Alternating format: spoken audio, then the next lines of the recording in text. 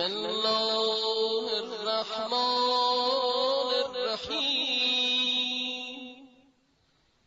اللهم انی اسألك باسمك العظیم الاعظم العز الاجل الاکرم الذي إذا دعيت به على مغالق أبواب السماء للفتح بالرحمة فتحت